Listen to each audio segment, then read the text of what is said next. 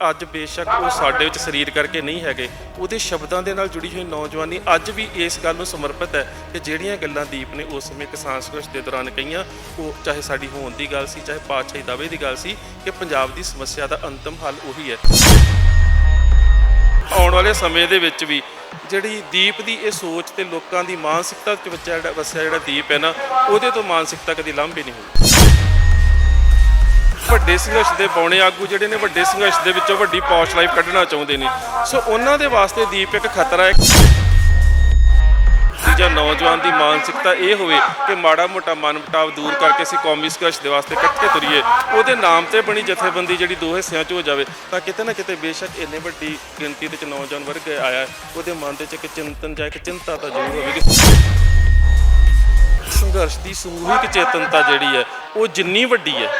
ਜਿੰਨੀ ਵੱਡੀ ਤੁਹਾਡੀ ਸ਼ਮੂਲੀਅਤ ਹੈ ਤੇ ਜਿੰਨੀ ਵੱਡੀ ਤੁਹਾਡੀ ਲੀਡਰਸ਼ਿਪ ਆ, ਟੇਬਲ ਟਾਕ ਦੇ ਉੱਪਰ ਤੁਸੀਂ ਦੁਸ਼ਮਣ ਨਾਲ ਗੱਲ ਕਰਦੇ ਹੋ, ਤੁਸੀਂ ਓਨੇ ਸਟਰੋਂਗ ਹੋ। ਚੰਡੀਗੜ੍ਹ ਦੇ ਵਿੱਚ ਕੌਮੀ ਇਨਸਾਫ ਮੋਰਚਾ, ਉਹਦੇ 'ਚ ਜਿੰਨੀ ਵੱਡੀ ਸ਼ਮੂਲੀਅਤ ਹੋਵੇਗੀ, ਸਾਡੇ ਲੀਡਰ ਜਿਹੜੇ ਨੇ ਜੁਰਤ ਨਾਲ ਸਰਕਾਰ ਦੇ ਸਾਹਮਣੇ ਗੱਲ ਕਰ ਸਕਦੇ। ਦੀਪ ਸਿੱਧੂ ਦਾ ਯਾਦਗਾਰੀ ਸਮਾਗਮ ਮਨਾਇਆ ਗਿਆ ਤਾਂ ਅੱਜ ਚੌਂਕੀਮਾਨ ਦੀ ਧਰਤੀ ਤੇ ਖੜੇ ਆ ਤਾਂ ਡਾਕਟਰ ਸੁਖਪ੍ਰੀਤ ਸਿੰਘ ਉਦੋਕੇ ਨੂੰ ਉਹਨਾਂ ਦੇ ਨਾਲ ਗੱਲਬਾਤ ਕਰਾਂਗੇ। ਵੱਡੀ ਤਾਦਾਦ ਦੇ ਵਿੱਚ ਸੰਗਤ ਦਾ ਵੀ ਕਿਤੇ ਨਾ ਕਿਤੇ ਸਮਰਥਨ ਮਿਲਿਆ, ਨੌਜਵਾਨਾਂ ਦਾ ਵੱਡਾ ਇਕੱਠ ਸੀਗਾ। ਡਾਕਟਰ ਸਾਹਿਬ, ਸਭ ਤੋਂ ਪਹਿਲਾਂ ਮੁੱਢਲੇ ਰੂਪ ਦੇ ਵਿੱਚ ਸਵਾਲ ਕਰਦੇ ਨੇ, ਕਿਤੇ ਨਾ ਕਿਤੇ ਸ਼ੰਕਾ ਕੀਤਾ ਜਾਂਦਾ ਕਿ ਕੌਮ ਆਪਣੇ ਜਿਹੜੇ ਨਾਇਕ ਹੁੰਦੇ ਉਹਨਾਂ ਨੂੰ ਵਸਾਰ ਦਿੰਦੀ ਹੈ, ਪਰ ਅੱਜ ਦੇ ਇਕੱਠ ਤੋਂ ਦੇਖ ਕੇ ਕਿਸ ਤਰ੍ਹਾਂ ਦਾ ਮਹਿਸੂਸ ਕੀਤਾ ਜਾ ਸਕਦਾ? ਵਾਹਿਗੁਰੂ ਜੀ ਕਾ ਖਾਲਸਾ, ਵਾਹਿਗੁਰੂ ਜੀ ਕੀ ਫਤਿਹ। ਵੀ ਜੀ ਵੇਖੋ, ਇਹ ਜਿਹੜਾ ਇਕੱਠ ਆ, ਇਹਦੇ ਵਿੱਚ ਪਹਿਲੀ ਗੱਲ ਤੇ ਤੁਹਾਡੇ ਵਾਲੀ ਬਿਲਕੁਲ ਠੀਕ ਹੈ ਕਿ ਇੱਕ ਕਈ ਵਾਰੀ ਕਿਹਾ ਜਾਂਦਾ ਕਿ ਕੌਮ ਨਾਇਕਾਂ ਨੂੰ ਵਸਾਰ ਦਿੰਦੀ ਹੈ,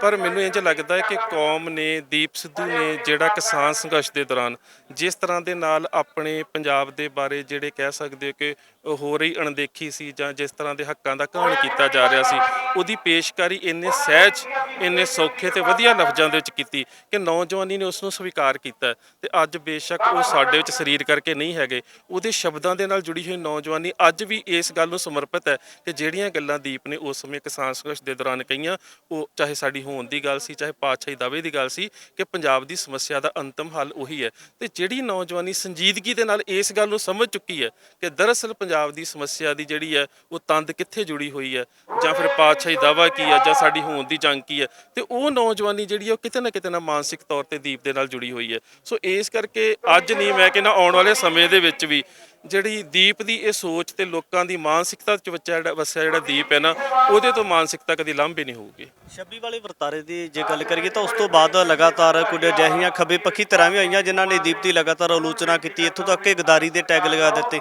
ਪਰ ਕਿਤੇ ਨਾ ਕਿਤੇ ਅੱਜ ਜਿਸ ਤਰੀਕੇ ਦੇ ਨਾਲ ਸੰਗਤ ਦੀ ਜਾਂ ਨੌਜਵਾਨਾਂ ਦੀ ਗੱਲ ਕੀਤੀ ਜਾਵੇ, ਉਹਨਾਂ ਲੀਡਰਾਂ ਨੂੰ ਵੀ ਸਵਾਲ ਹੁੰਦੇ ਨੇ ਤੇ ਜੋ ਕੁਝ ਹੈ ਉਹ ਪ੍ਰਤੱਖ ਰੂਪ ਦੇ ਵਿੱਚ ਲੋਕਾਂ ਦੇ ਸਾਹਮਣੇ ਆ ਚੁੱਕਾ ਹੈ। ਤਾਂ ਫਿਰ ਕਿਤੇ ਨਾ ਕਿਤੇ ਉਹ ਜਿਹੜੇ ਲੀਡਰ ਗਦਾਰੀ ਦੇ ਟੈਗ ਲਾਉਂਦੇ ਰਹੇ ਨੇ, ਅੱਜ ਉਹਨਾਂ ਨੂੰ ਮਹਿਸੂਸ ਤੇ ਹੁੰਦਾ ਹੋਊਗਾ ਆਪਣਾ?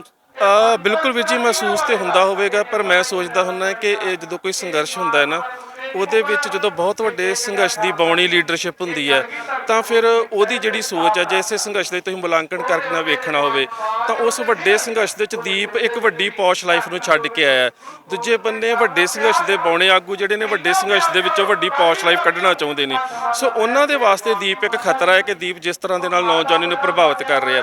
ਦੂਜੀ ਗੱਲ, ਵੱਡੇ ਸੰਘਰਸ਼ ਦਾ ਜਿਹੜਾ ਨਿਸ਼ਾਨਾ ਸੀ ਬੜਾ ਛੋਟਾ ਮਿਥ ਲਿਆ ਜਾਂਦਾ ਹੈ। ਦੀਪ ਬਾਰ-ਬਾਰ ਕਹਿੰਦਾ ਹੈ ਕਿ ਇੰਨੇ ਵੱਡੇ ਸੰਘਰਸ਼ ਬਾਰ-ਬਾਰ ਨਹੀਂ ਸਿਰਜੇ ਜਾਂਦੇ। ਜੇਕਰ ਅਸੀਂ ਪੰਜਾਬ ਦੀ ਸਾਰੀ ਸਮੱਸਿਆ ਦਾ ਹੱਲ ਇਸ ਸੰਘਰਸ਼ ਦੇ ਚੋਂ ਕੱਢਣ ਦਾ ਯਤਨ ਕਰੀਏ ਤਾਂ ਕੌਮ ਦੀ ਜਿਹੜੀ ਕਲੈਕਟਿਵ ਕੌਨਸ਼ੀਅਸਨੈਸ ਆ, ਉਹਨੂੰ ਜੋੜ ਕੇ ਕੋਈ ਵੱਡੇ ਨਤੀਜੇ ਸਾਹਮਣੇ ਰੱਖੇ ਜਾ ਸਕਦੇ ਨੇ। ਸੋ ਜਿਹੜੀ ਵੱਡੇ ਸੰਘਰਸ਼ ਦੀ ਬੌਣੀ ਲੀਡਰਸ਼ਿਪ ਹੁੰਦੀ ਹੈ, ਉਹ ਵੱਡੀ ਮਾਨਸਿਕਤਾ ਵਾਲਿਆਂ ਨੂੰ ਹਮੇਸ਼ਾ ਹੀ ਗਦਾਰ, ਏਜੰਸੀਆਂ ਦੇ ਬੰਦੇ, ਇਵੇਂ ਦੀ ਟੈਗ ਲਾਉਂਦੀ ਹੈ। ਇਹੀ ਕੁਛ ਦੀਪ ਸਿੱਧੂ ਦੇ ਨਾਲ ਹੋਇਆ ਕਿ ਦੀਪ ਨੇ ਜਦੋਂ ਪੰਜਾਬ ਦੀ ਸਾਰੀ ਸਮੱਸਿਆ ਦੀ ਤਰਜਮਾਨੀ ਕੀਤੀ ਤਾਂ ਉਸ ਵੇਲੇ ਜਿਹੜੀ ਲੈਫਟਿਸਟ ਆਈਡੀਓਲੋਜੀ ਸੀ, ਉਹਨਾਂ ਨੂੰ ਦੀਪ ਗਦਾਰ ਲੱਗਦਾ ਸੀ। ਉਹਦਾ ਕਾਰਨ ਸੀ ਕਿ ਇਸ ਆਈਡੀਓਲੋਜੀ ਦੇ ਲੋਕ ਹਮੇਸ਼ਾ ਹੀ ਸਟੇਟ ਦੇ ਨਾਲ ਰਲ ਕੇ ਮੈਚ ਖੇਡਦੇ ਰਹੇ ਨੇ, ਪਰ ਦੀਪ ਕਹਿੰਦਾ ਸੀ ਕਿ ਜਾਂ ਲੜਾਈ ਆਰ ਦੀ ਜਾਂ ਪਾਰ ਦੀ, ਵੀ ਤੁਹਾਨੂੰ ਜਾਂ ਤੁਸੀਂ ਦੁਸ਼ਮਣ ਦੇ ਵੱਲ ਹੋ ਜਾਂ ਤੁਸੀਂ ਪੰਥ ਦੇ ਵੱਲ ਹੋ, ਸੋ ਤੁਹਾਨੂੰ ਇੱਕ ਧਿਰ ਜਿਹੜੀ ਆ ਉਹਦੇ ਨਾਲ ਖਲੋਣਾ ਪਵੇਗਾ। ਪਰ ਉਹਨਾਂ ਦੇ ਕੋਲੋਂ ਮਾਨਸਿਕਤਾ ਨਹੀਂ ਸੀ ਹੈਗੀ, ਤੇ ਉਹ ਜਿਹੜੀ ਦੋਗਲੀ ਮਾਨਸਿਕਤਾ ਹੈ, ਉਹਦੇ ਵਾਸਤੇ ਨਿਧੜਕ ਹੋ ਕੇ ਲੜਨ ਵਾਲੇ ਲੋਕ ਹਮੇਸ਼ਾ ਹੀ ਗਦਾਰ ਤੇ ਏਜੰਸੀਆਂ ਦੇ ਬੰਦੇ ਹੁੰਦੇ ਨੇ। ਸਭ ਇੱਕ ਮੁੱਢਲੇ ਰੂਪ ਦੇ ਵਿੱਚ ਸਵਾਲ ਹੈ ਕਿ ਜਿਸ ਤਰੀਕੇ ਦੇ ਨਾਲ ਦੀਪ ਹੋਣ ਦੀ ਗੱਲ ਕਰਦੇ ਰਹੇ ਨੇ, ਉਸੇ ਤਰ੍ਹਾਂ ਏਕੇ ਦੀ ਵੀ ਗੱਲ ਬਰਕਰਾਰ ਰੱਖਣ ਵਾਸਤੇ ਕਰਦੇ ਰਹੇ ਨੇ।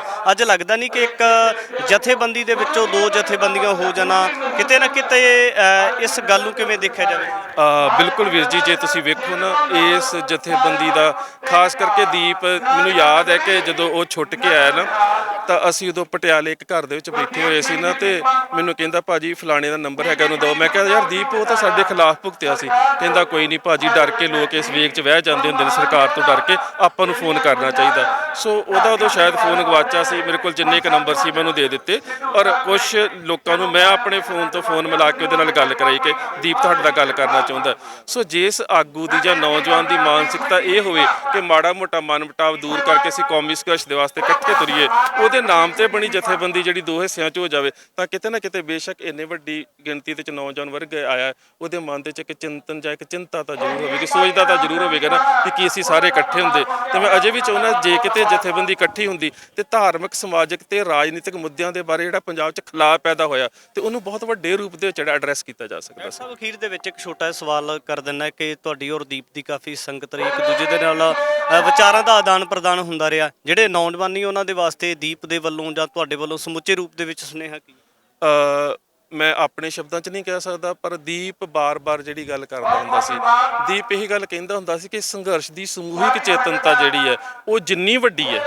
ਜਿੰਨੀ ਵੱਡੀ ਤੁਹਾਡੀ ਸ਼ਮੂਲੀਅਤ ਹੈ ਤੇ ਜਿੰਨੀ ਵੱਡੀ ਤੁਹਾਡੀ ਲੀਡਰਸ਼ਿਪ ਆ, ਟੇਬਲ ਟਾਕ ਦੇ ਉੱਪਰ ਤੁਸੀਂ ਦੁਸ਼ਮਣ ਨਾਲ ਗੱਲ ਕਰਦੇ ਹੋ, ਤੁਸੀਂ ਓਨੇ ਸਟਰੋਂਗ ਹੋ। ਸੋ ਇਹੀ ਮੈਂ ਕਹਿਣਾ, ਚਾਹੇ ਉਹ ਚੰਡੀਗੜ੍ਹ ਦੇ ਵਿੱਚ ਕੌਮੀ ਇਨਸਾਫ ਮੋਰਚਾ, ਉਹਦੇ 'ਚ ਜਿੰਨੀ ਵੱਡੀ ਸ਼ਮੂਲੀਅਤ ਹੋਵੇਗੀ, ਸਾਡੇ ਲੀਡਰ ਜਿਹੜੇ ਨੇ ਜੁਰਤ ਨਾਲ ਸਰਕਾਰ ਦੇ ਸਾਹਮਣੇ ਗੱਲ ਕਰ ਸਕਦੇ ਨੇ। ਡਾਕਟਰ ਸੁਖਪ੍ਰੀਤ ਸਿੰਘ ਉਦੋਕੇ ਦੇ ਨਾਲ ਗੱਲ ਕੀਤੀ ਹੈ ਤਾਂ ਬਾਈ ਦੀਪ ਸਿੱਧੂ ਦੀ ਯਾਦ ਦੇ ਵਿੱਚ ਜਿੱਥੇ ਬਾਈ ਦੀਪ ਸਿੱਧੂ ਦੀ ਯਾਦ ਦੇ ਵਿੱਚ